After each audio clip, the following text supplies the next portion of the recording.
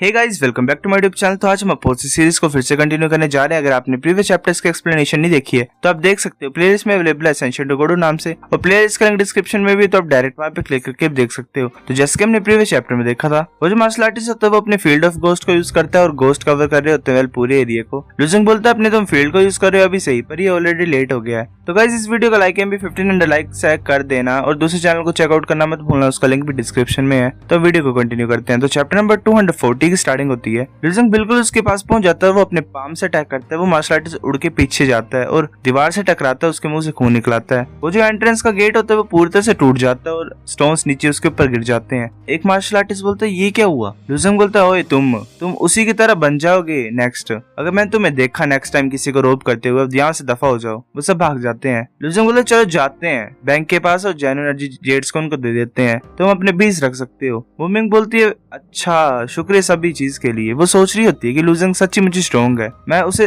Uncle को suggest करती हूँ, ये पक्का बड़ा ग्रेटनेस लाएगा जब ये पूरी तरह से ग्रो हो जाएगा। वहाँ पे पहुंच जाते हैं जहाँ पे लिंगवो लैंड के मार्शल आर्टिस्ट होते हैं। एक मार्शल आर्टिस्ट बोल रहा होता है कि तुम अगर मेरे को सही तरीके से याद है तो तुम अभी अभी आए हो। लू जिंग बोलता है तो क्या प्रॉब्लम है? वो मार्शल आर्टिस्ट बोलता है नहीं कोई प्रॉब्लम नहीं है, जितना ज्यादा तुम अर्ली पे करोगे उतना ज्यादा तुम जल्दी लीव कर सकते हो, ज्यादा अच्छा है। लू जिंग बोलते चलो काफी हो गया आज के लिए, अब हम कल मिलेंगे दोपहर को, फिर मतलब माइंस में वापस जाएंगे। वू मिंग बोलते ठीक है। लू जिंग ऐसे एक जगह पे जाता है, वो सोच रहा था ज्यादा अच्छी जगह है, ये ऐसा प्लेस लग रहा है मतलब जहाँ पे कोई एंटर नहीं करेगा और ये सेफ होगा। मैं यहाँ पे अपने आप को छुपा लेता हूँ और एक इनविजिबिलिटी गोल्ड लाइन को वो बना लेता हूँ। लू जिंग अंदर चल जाता है और बोलता है ठीक है ये काफी होगा। मैंने सुना कि ये जो बिलोइंग बैच है ये बर्जारियर होते हैं तो ये ज्यादा सेफर होगा। फिर वो अपने बिलोइंग बैच को एक्टिवेट कर लेता है और बोलता है लू यान तुम कहाँ पे हो? लू यान तुम कहाँ पे हो? वू मिंग सोचती है क्या ये साउंड तो लू जिंग की तरह लगी, इसने कहाँ से ये रेयर बिलोइंग बैच को ऑब्टेन कर लिया? मेरे को लगता है ये शायद ना हो, पर ये नाम ये तो ऐसा लग रहा है कि कोई रिलेटेड है उसका,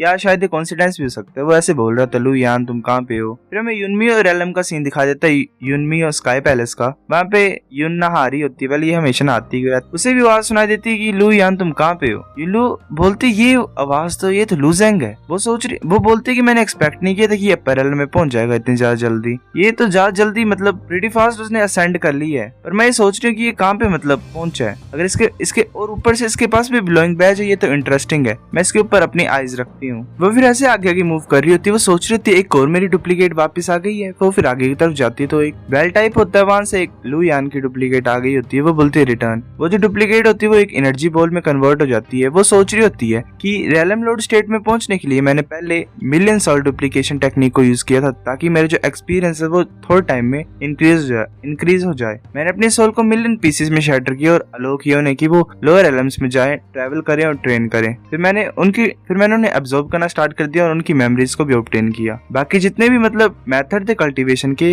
वो सिर्फ सिंपल एक्सपीरियंसेस थे, पर लू जिंग जो फेलो है ये तो बड़ा ज्यादा स्पेशल है। तो मैंने ध्यान दिया इसके ऊपर, एक ऐसा इंसान है जिसको ग्रेट वर्ल्ड भी ढूंढ रहा है और ऊपर से फेटलेस है। ये टू फेट्स एक पर्सन में होना ये नॉर्मल बात नहीं है, क्योंकि ऐसी सिचुएशन बड़ा ज्यादा खतरनाक होती है। पर ये इसके ऊपर क्यों आई? उसे फिर से आवाज सुनाई देती लू यान तुम कहाँ पे हो। वो सोच रही होती क्या इसने अभी बिलोइंग बैच को 2 टाइम यूज किया, ये तो कितना ज्यादा वेस्टफुल है, मेरे पास सिर्फ 5 है, मैं ऑलमोस्ट रैंडम लोड बनने वाली हूँ, ये क्या सोच रहा है? फिर वो ऐसे जाती है एक जगह पे, फिर अपने क्लोथ्स को खोलती है और बोलती है ओ वेल ज्यादा सोचने की भी क्या जरूरत है, मैं बड़ा कमजोर हो जाती हूँ जब भी मैं डुप्लीकेट्स को एब्जॉर्ब करती हूँ, मेरे को फिर नहाना पड़ता है स्पेशल लिक्विड में। अच्छा ऐसी बात है। वो फिर पानी में चल जाती है और बोलती है अगर इन्वेस्टिगेटिंग की बात की जाए लू जिंग की तो मैं किसी और दूसरे रास्ते को ढूंढती हूँ। वो ऐसे बैठा होता है लू जिंग और बोल रहा होता है कि ये 2 कॉल्स थी, क्या ये अभी भी नहीं सुन रही है? चलो दोबारा ट्राई करते हैं। वैसे बोल रहा था लू यान। तभी जो 2 भगवान होते हैं वो फिर से बहस लग पड़ते हैं। एक बोल रहा था ज्यूशी भगवान तुम पागल हो क्या?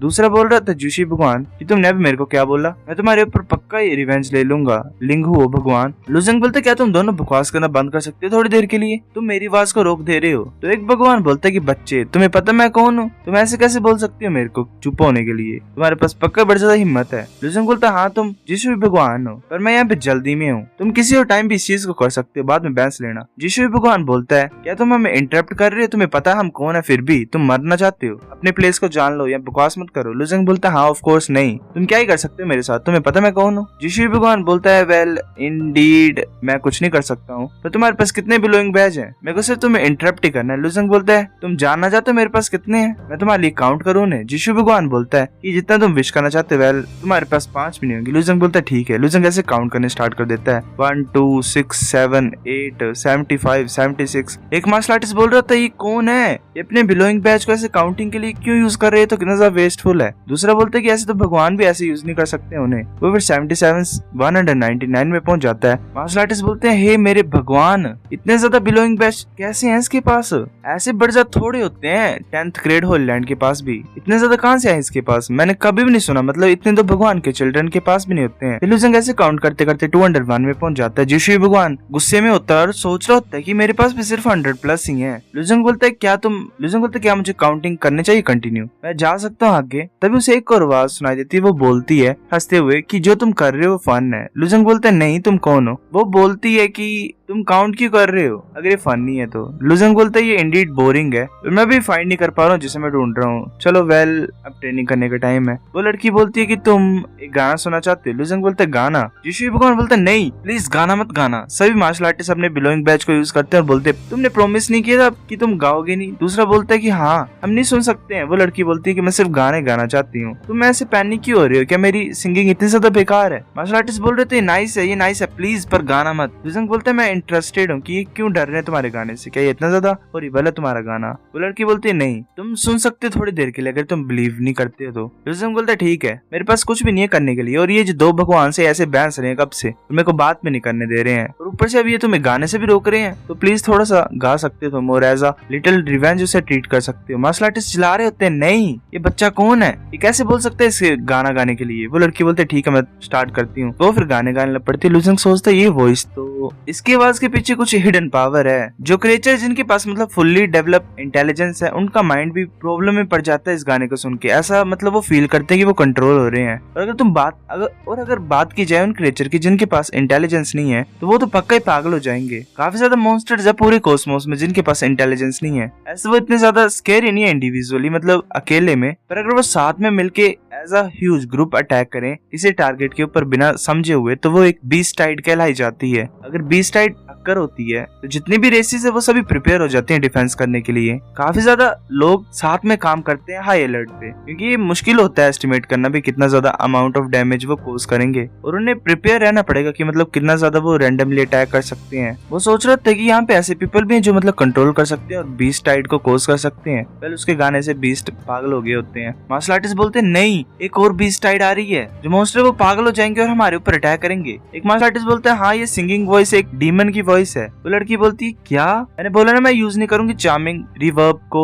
जैसे मैंने प्रॉमिस किया था, तो ये बीस्ट टाइड्स नहीं होंगी ठीक है। तुम्हारी इतनी हिम्मत, तुम मेरे ऊपर डाउट कर रहे हो। वो मार्शल आर्टिस्ट बोलते नहीं हमने नहीं किया। वो बोल रहे थे शुक्रिया भगवान का कि मतलब कुछ नहीं हुआ। वो लड़की बोलती क्या ये अच्छा था, मैं तुम्हारे लिए डेली गा सकती हूँ अगर तुम्हें पसंद है तो। लुजेंग बोलते अच्छा है तो तुम्हें डेली गाने की कोई जरूरत नहीं है, तुमने तो ऐसे कोज नहीं की है बीस्ट टाइड को। और मेरे को लगता है काफी ज्यादा वर्ल्ड हाई अलर्ट पे चले गए होंगे तुम्हारे गाने से, और सभी जो रेसेस है वो काफी ज्यादा डर गई थी। वो लड़की बोलती है हंसते हुए कि ये ठीक है मैं नहीं गाऊंगी ठीक है, तुम मेरे साथ बात कर सकते हो तुम्हारे पास जब टाइम होगा तो, मैं यहाँ पे फंसी हुई हूँ और ये बड़ा बोरिंग है। लुजेंग बोलता है ठीक है अगर चांस होगा तो। वो लड़की बोलती है कि बताओ तुम्हारा नाम क्या है। लुजेंग बोलता है वेल मैं ऐसे ही नाम नहीं बताना चाहता, मैं अननोन ही ठीक हूँ, अनोनमस ही ठीक हूँ। वो लड़की बोलती है ठीक है मुझे बता सकते हो तब जब तुम्हारे पास चांस होगा, मैं भी अपनी लीव ले रही हूँ, सब कुछ अब स्टार्ट होने वाला। वो एक जगह पे होती है जहाँ पे मतलब ऐसे ही कुछ पैटर्न टाइप होता है, मतलब सब जुड़ा जुड़ा सा होता है। एक मार्शल आर्टिस्ट बोल रहा था हे तुम्हें क्या लगता है वो कौन बिलोइंग बैच को यूज कर रहा था कल, क्या वो नया भगवान है। दूसरा बोलता है ऐसा नहीं हो सकता, मुझे लग रहा है। लुजेंग को